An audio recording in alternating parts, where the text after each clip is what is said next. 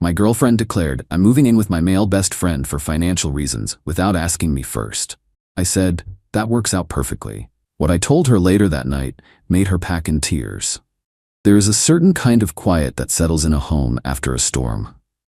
It is not peace, not yet. It is the sound of the wind having finally exhausted itself, leaving you to survey the damage. In my case, the storm was my girlfriend of 4 years, Sarah, and the damage was the life I thought we were building. But as I sit here now, I realize something crucial. The storm did not destroy my foundation. It just cleared away a house that was already rotten to the core. Let me start by saying I am not the kind of man who is easily fooled. I am a systems analyst. My entire career is built on seeing patterns, anticipating problems, and understanding how one small change can bring a whole network crashing down. I applied that same logic to my life, which is why I never understood men who complained about their girlfriends ignoring them or spending all their money.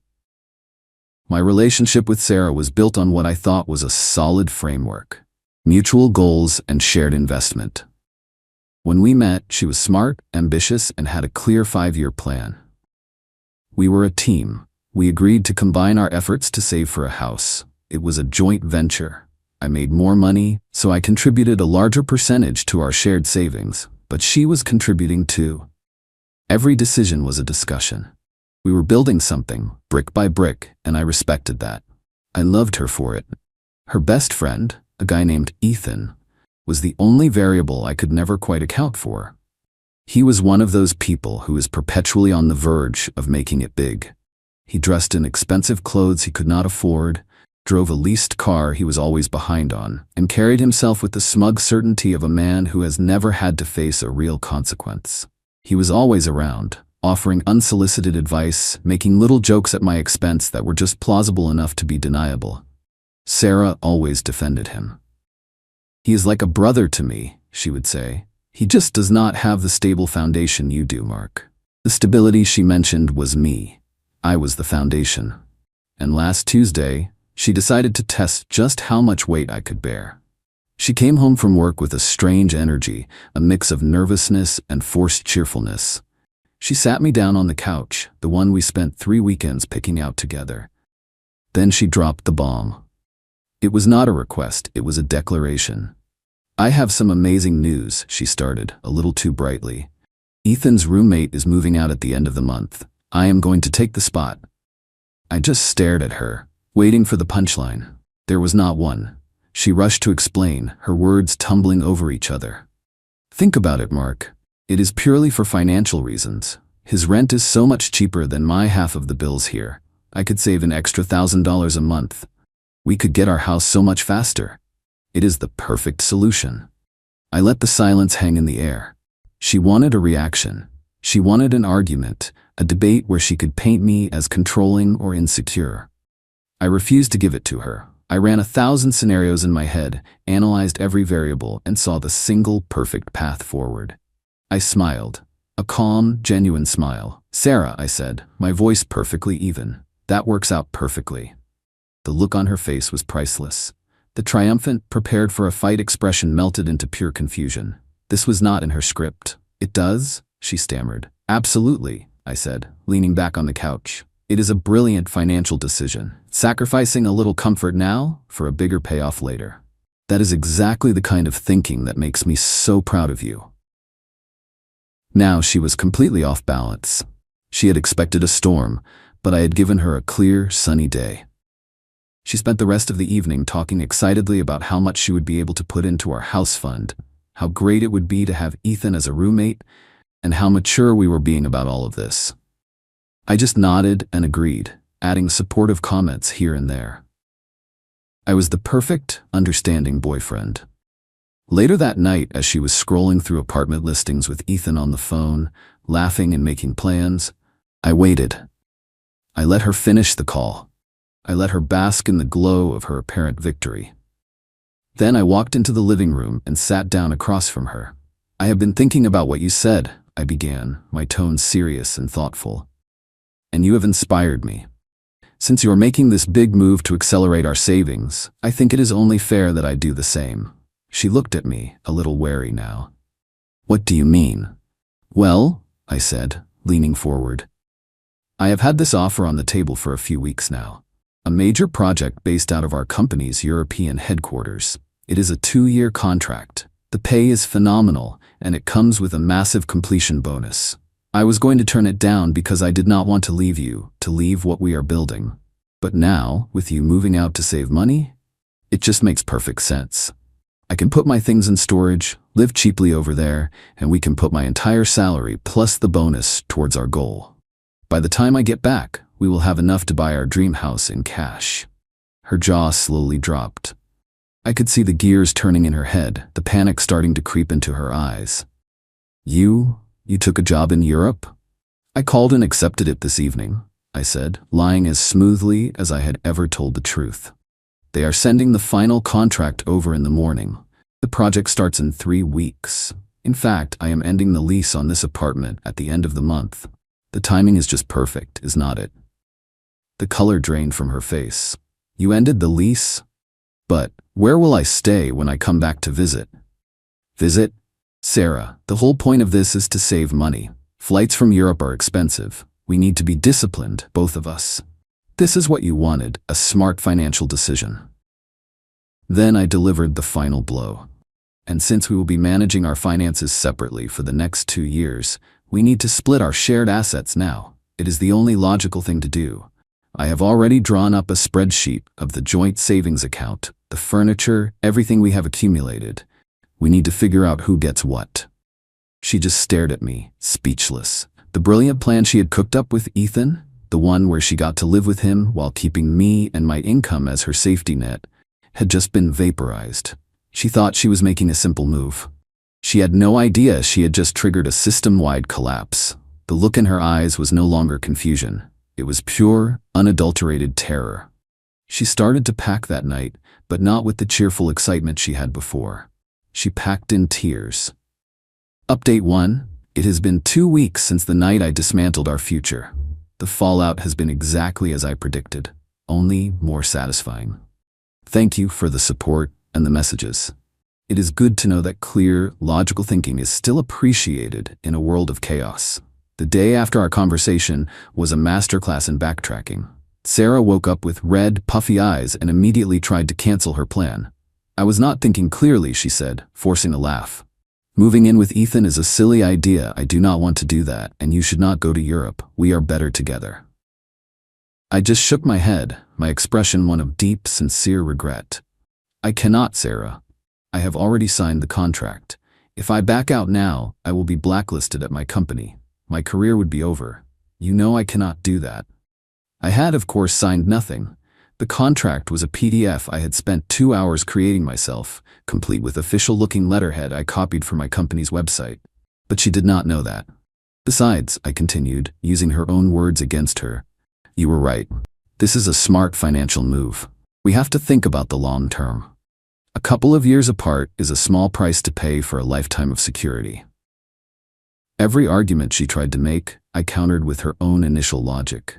She wanted to save money. This was the best way. She wanted to get our house faster. This would guarantee it. She had set the trap, and I was merely holding the door open for her. The process of splitting our assets was brutal for her. It turned out that our shared savings account was about 90% my contributions. When I transferred her portion, the exact amount she had deposited over the years, to her personal account, she was shocked at how small the number was. But what about all the interest? She asked, her voice trembling. That is allocated proportionally to our initial investments, I said calmly, as if it were the most obvious thing in the world. The furniture was another battle. She started pointing at things, the couch, the dining table, the television. We can sell this and split the money, she said. I pulled out another spreadsheet. This one had receipts. I purchased the couch and the television before we even met, I explained. The dining table I paid for myself as a housewarming gift when we moved in. They are not shared assets. By the end of the day, she was left with her clothes, some kitchen items, and a small amount of cash. The life she had taken for granted was revealed to be a life I had almost entirely funded. She moved in with Ethan a week ago. The first few days, my phone was silent. I think she was trying to project an image of success, of having made the right choice. She posted a few pictures on social media of her and Ethan drinking wine in their new apartment, with captions like, "New beginnings," and "So excited for this next chapter." Then the calls started. First, it was about the car. The car she had been driving was in my name. I had been paying the insurance. I called her and told her that since I was moving to Europe, I was selling the car and canceling the policy. She would need to find her own transportation. The panic in her voice was real. "But how am I supposed to get to work, Mark? You cannot do this." "It is a financial decision, Sarah," I said, my tone sympathetic. "I cannot afford to pay for a car I will not be using for 2 years. Next came the phone bill. She was on my family plan. I informed her she would be removed at the end of the billing cycle. Then it was the streaming services, the gym membership, all the little financial threads that had tied her to my income. One by one, I cut them all. Ethan, predictably, has been a nightmare. I have started getting texts from him. At first they were arrogant. "Dude, you really messed up. Sarah is amazing. Your loss." I did not reply. Then they became annoyed. "Hey, Sarah is a little short on rent this month. You need to send her some money. Do not be a jerk." I did not reply. His latest message, sent late last night, was pure desperation. "Mark, you need to call me. The landlord is threatening to evict us. Sarah cries all the time. You created this mess. You need to fix it." They genuinely believe this is my fault. They believe I am obligated to fix the situation they created. Their arrogance is matched only by their stupidity. They thought they could outsmart a systems analyst. They failed to understand that I do not just see the system. I know how to break it. I have not moved to Europe. I have moved into a new apartment across town. It is smaller, but it is all mine. The lease on our old place is officially terminated at the end of this week. Sarah and Ethan think I am packing for an international flight. In reality, I am just unpacking the boxes that contain my new, peaceful life. They have no idea where I am. They have no idea that I am not thousands of miles away, but just across the city watching their entire poorly designed plan crumble into dust. And the best part is, I am just getting started. Update 2. It has been a month now. The initial shockwave has passed, and I am now in the phase of observing the aftershocks. The story has taken a turn that even I did not fully anticipate. My plan was simply to extricate myself from the situation cleanly, and let their own poor planning be their downfall. But it turns out, when you build your life on a foundation of lies, the collapse is far more spectacular than you can imagine. After a week of increasingly desperate texts from Ethan, I received a call from a number I did not recognize. It was Sarah's mother. I had always had a cordial relationship with her parents. They seemed like decent people. I was wrong. Her mother did not waste time with pleasantries. She launched into a tirade about how I had abandoned her daughter, how I had left her stranded and destitute. She called me cruel and heartless. I let her finish. When she finally paused to take a breath, I spoke calmly. "With all due respect, Sarah made an independent financial decision to move in with another man. I have simply made some financial decisions of my own. She is your girlfriend. You have a responsibility to take care of her," she yelled. "Actually," I said, "I do not think she is my girlfriend anymore. And I would ask Sarah about her responsibilities to me and to our shared goals before you lecture me on mine." That conversation was the opening salvo in a new campaign, the guilt and shame offensive.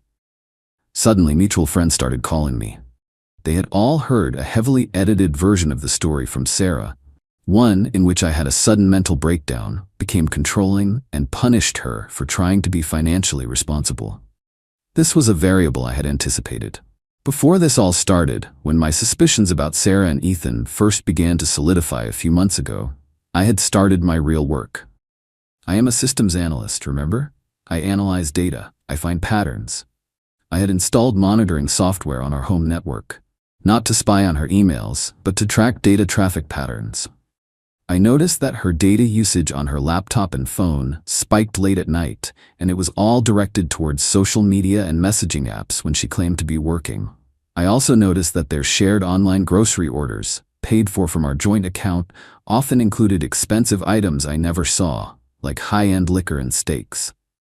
The final piece of the puzzle fell into place when I ran a background check. Not on her, but on Ethan. It turned out his financial situation was far worse than I imagined. He had 2 prior evictions and a string of unpaid debts. The owner of the apartment he was renting was a small, independent landlord, not a large corporation, a man who would be much more likely to take swift action against a non-paying tenant. I had compiled all of this: the data logs, the grocery receipts, a copy of Ethan's public eviction records. I had it all in a neat digital folder, my insurance policy. When the first mutual friend called to tell me what a terrible person I was, I did not argue. I simply said, "I think you have only heard one side of the story. Let me send you an email with some context." I sent them a link to a password-protected web page I had built. On it, I laid out the entire timeline, unemotionally and with evidence. I included screenshots of the grocery orders, showing the items that were clearly not for our household. I included the public records of Ethan's financial instability, and I included the most damning piece of evidence: transcripts from our home security system's audio recordings. The system recorded audio when it was armed or disarmed. I had captured several conversations between Sarah and Ethan from when they thought I was asleep or at work. The conversations were sickening. They had been planning this for months. It was not just about saving money. It was a deliberate scheme. The plan was for Sarah to move in with Ethan, and for me to continue funding her lifestyle, the car, the phone, her spending money, under the guise of our relationship. She would then use that money to support Ethan, keeping him from getting evicted while he got his new business off the ground. They laughed about how I was so trusting, how I was the perfect, long-term investment. They called me their retirement plan. I sent this link to every person who contacted me on her behalf. The calls stopped abruptly. The smear campaign died before it even began. I had not just countered her narrative. I had obliterated it with cold, hard facts. The best part was the call I received from her father. He was a proud man, and I could hear the humiliation in his voice. He had clearly seen the evidence. He did not yell. He just said, "I would like to arrange to pick up the rest of Sarah's things from your new address." He had somehow gotten my new address. It did not matter. I told him I would leave the boxes in the building's loading dock on a specific day. He agreed. He then asked a question that I knew was coming. "The car, she needs it for work. Is there any way she could just take over the payments?" "The car has already been sold," I said. It was another lie, of course. The car was sitting in my new secure parking garage. It was a sound financial decision. The silence on the other end of the line was my victory. He knew he had no leverage. He knew his daughter had been caught in a scheme so foolish and so greedy that there was no defending it. Sarah and Ethan are now facing the full consequences of their actions.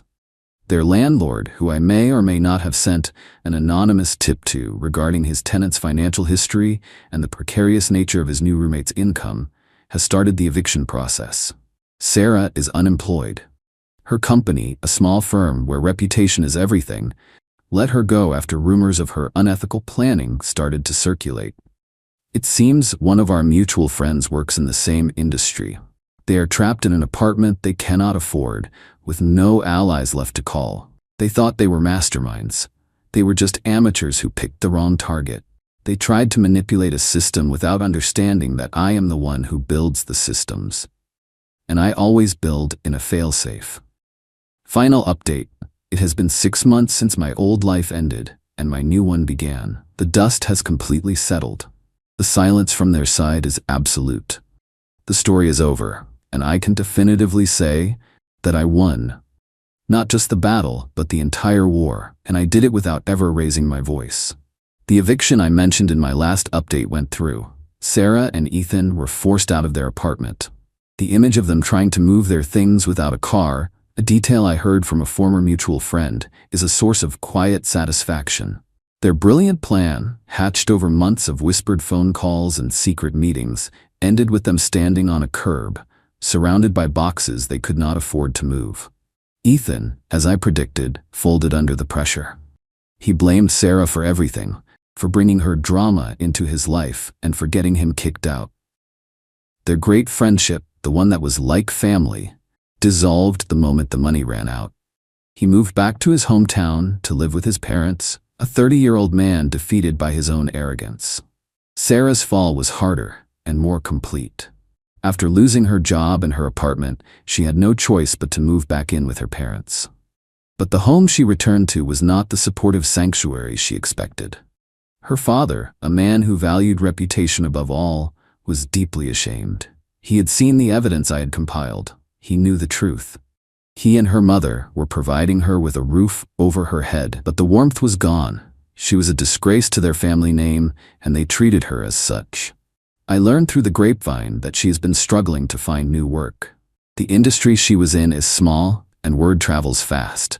The story of her manipulative plan, backed by undeniable proof, has made her toxic. She is paying a long-term price for a short-sighted scheme. The final and most satisfying piece of this entire saga happened about 2 months ago. I received a formal letter from a lawyer she had hired. It was a demand letter, a desperate attempt to claim some sort of financial settlement from our 4-year relationship. It was full of legal jargon about emotional distress and implied partnerships. My lawyer, a sharp, no-nonsense woman, had been waiting for this. We did not just respond with a letter of our own. We responded with a counterclaim. We filed a civil suit against Sarah and Ethan for conspiracy to commit fraud. Our case was meticulous. We had the audio recordings of them planning to use my income to support him. We had the financial records showing the money from our joint account being spent on him. We had Ethan's text messages demanding I send Sarah money. We even had a sworn affidavit from their former landlord about the nature of their tenancy and their conversations with him. The lawsuit was not about winning money. It was about making a statement. It was a final, undeniable declaration that I would not be a victim. Her lawyer dropped her as a client within a week of receiving our filing. Facing a lawsuit they could not possibly win, and with no money to hire another attorney, Sarah was forced to sign a settlement. In it, she formally renounced any and all claims against me, now and in the future. She also had to sign a non-disclosure agreement, legally preventing her from ever speaking or writing about me or our relationship again. My smear campaign insurance was now ironclad and legally binding. I walk away from this with everything. My finances are secure, my career is thriving, my new apartment feels like a real home. I have learned a valuable, if painful, lesson about trust and the importance of verifying data, even in your personal life. The job in Europe was, of course, a complete fabrication, a strategic maneuver designed to force her hand. I never intended to leave. Why would I? I had a front-row seat to the most satisfying system collapse I have ever witnessed. They thought they were clever. They saw me as a stable, predictable, and exploitable resource. They failed to understand that the most stable systems are often the most complex, and the quietest parts are the ones that control everything. They wanted to play a game of chess, but they were playing against a grandmaster who had already seen every possible move they could make. They did not just lose. They were dismantled. And my life is quieter, cleaner, and better for it. The storm is over. The silence that remains is peace.